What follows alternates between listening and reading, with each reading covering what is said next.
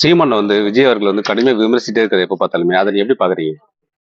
ஆனா அழகான கொஸ்டின், இதுக்கு அழகான ஒரு பதில் போடுறேன். முதல்ல விஜய் அண்ணா ஆரம்பிச்ச ஒரு டிவிகே கட்சி வந்து நாம் தமிழர் கட்சியை எதிரியா நினைக்கல. அவங்க எதிரியா நினைக்கிறது திராவிட கட்சியை மட்டும்தான், அதுவும் திராவிட முன்னேற்ற கழகத்தை மட்டும் தான் அவங்க எதிரியா நினைக்கிறாங்க. ஆனா சீமான் அண்ணன் என்ன நினைச்சிட்டு இருக்காருன்னா, நமக்கு எதிரி வந்து டிவிகே தான் அப்படின்னு சொல்லி எப்ப போற தம்பி தம்பின்றாரு, உதடு ஒட்டுற மாதிரி என்னோட தம்பின்றாரு. அதுக்கு அழகான ஒரு காரணம் சொல்றேன். அதாவது தமிழர்களுக்கு ஒரு பண்பாடு இருக்கு. எதிரி போர்க்களத்துல வந்து கருவியை இழந்துட்டா கூட அவனை நெஞ்சிலையும் குத்த மாட்டாங்க, முதுலையும் குத்த மாட்டாங்க. அவன் கருவியை கொடுங்கன்னு சொல்லி சொல்றவங்க தான் மன்னர்கள் பரம்பரை, தமிழர்கள் பரம்பரை. ஓகேங்களா? ஆனா அவரு கரூர்ல இப்ப ஸ்டாம்பிங் நடந்துருச்சு.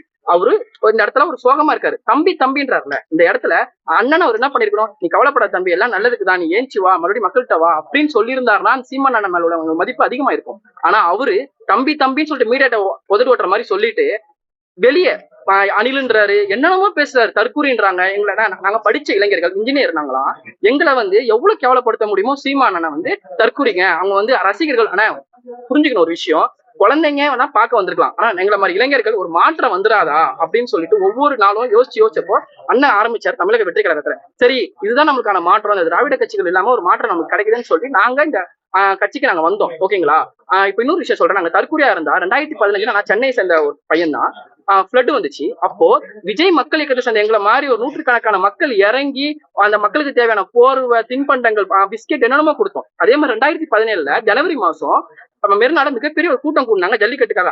அங்கேயும் நாங்க நாள் பகல கடந்தோம். அதே இடத்துல பெண்கள் எத்தனையோ இளம் பெண்கள் இருந்தாங்க. அவங்க மேல நாங்க எதுவுமே பண்ணலையே. எவ்வளவு டிசிப்ளினா நடந்திருக்க முடியுமோ நடந்து தானே வந்தோம். படிச்சவங்க தான் நாங்களும். ஆனா எங்களை எவ்வளவு கேவலப்படுத்த முடியுமோ சீமானனை வந்து தற்கூரிங்க, இவங்களுக்கு படிப்பறிவு கிடையாது, மேல ஏறி உடைப்பாங்க, அது பண்ணுவாங்க, இது பண்ணுவாங்க. ஆனா ஒரு சிம்பிளான கொஸ்டின், மேல ஏறி உடைப்பாங்க நான் ஒத்துக்குறேன்.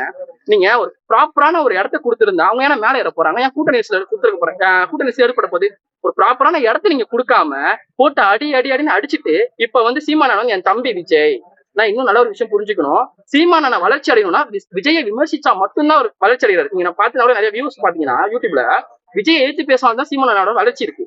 அதனால அவர் என்ன பண்றாருன்னா, அவரோட கட்சி ஆரம்பிச்சுட்டு வந்து இந்த திமுகவுக்கு அதிமுக அகேன்ஸ்டா தான் நான் வரேன்ட்டாரு. ஆனா மறுபடியும் நான் ஒரு வீடியோ உங்களுக்கு அனுப்பிச்சு விடுற பாருங்க. செந்தில் பாலாஜி வந்து என்னோட உறவினர், நான் அண்ணன் தம்பி மாதிரி நாங்க பழகணுங்கன்னு சொல்லிட்டு ஒரு முண்டாசு கட்டிட்டு சொல்லியிருப்பாரு.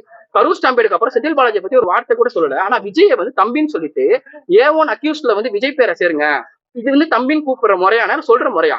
தம்பின்னு சொன்னா இது மாதிரி சொல்லுவியா? என் தம்பி மேல தப்பு இருந்தா கைது பண்ணுங்க, நான் என் தம்பிக்காக நான் நிக்கிறேன்னு சொல்லியிருந்தா நாங்க உங்க அண்ணன் சொல்லி நாங்க நம்ம இளைஞர்கள் உங்க பக்கம் இருந்திருப்போம். ஆனா நீங்க தம்பின்னு உதட்டு ஓட்டுற மாதிரி சொல்லிட்டு வெளியே வந்து அவனை எப்படியாச்சும் ஒழிச்சிடணும்னு சொல்லிட்டு அவர் கூட சில சோசியல் மீடியா இருக்காங்க, சாட்டை துரைமுருகன் மறுபடியும் சொல்றேன், சேட்டை எல்லாம் வேற யார்ட்டே தயவு செஞ்சு வச்சுக்கோங்க. மறுபடியும் இதே மாதிரி எங்களை பத்தி பேசிட்டே இருந்தீங்கன்னா ஆல்ரெடி இந்த இடத்துல நீங்க அடி வாங்கிட்டீங்க. இதே மாதிரி பண்ணிட்டு இருந்தீங்கன்னா தமிழக மக்கள் பார்த்துட்டு இருக்க மாட்டாங்க, கடுமையான தண்டனை கிடைக்கும். நாங்க நேர் வழியில அறவழியில சென்றுதான் நாங்க போராடுமே தவிர இந்த வன்முறையெல்லாம் நாங்க நாட மாட்டோம். பட் மறுபடியும் சொல்றேன், அந்த தலைமுடியை பத்தி பேசுறது, இந்த வார்த்தைகள் வந்து பார்த்து பத்திரமா பேசணும், கவனமா பேசணும்.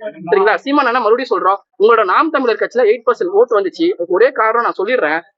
நீங்க மேல சொன்னீங்க மைக்க பிடிச்சிட்டு என் தம்பி எனக்காக தான் மைக்க பிடிச்சிருக்கான் அந்த ஓட்டு படத்துல அப்படின்னு சொன்னீங்க. நானும் விஜய் ரசிகர் தான், ஆனா ஓட்டு நாம் தமிழர் கட்சி தான் நான் போட்டேன். இந்த மாதிரி எண்ணற்ற கட்சி இளைஞர்கள் வந்து நாம் தமிழர் கட்சிக்கு போட்டாங்க. ஆனா நீங்க அந்த மாநாட்டுக்கு அப்புறம், முதல் மாநாட்டுக்கு அப்புறம் விஜய் அண்ணாவை எவ்வளவு அசிங்கப்படுத்த முடியுமோ அசிங்கப்படுத்திட்டு சொல்றதா சொல்லி போட்டு நேற்று வந்து அவர் வந்து என் தம்பி அப்படின்னு சொல்லிட்டு இருக்கிறீங்க. நாங்க மறுபடியும் சொல்றோம், நீங்க எங்க எதிரி கிடையாது, உங்களோட எதிரி திராவிட கட்சிகள் தான், திமுக தான். நீங்க வந்து எதிரி நினைச்சிட்டு எங்களை வந்து மேல பேசி நீங்க விளையாட நினைக்காதீங்க.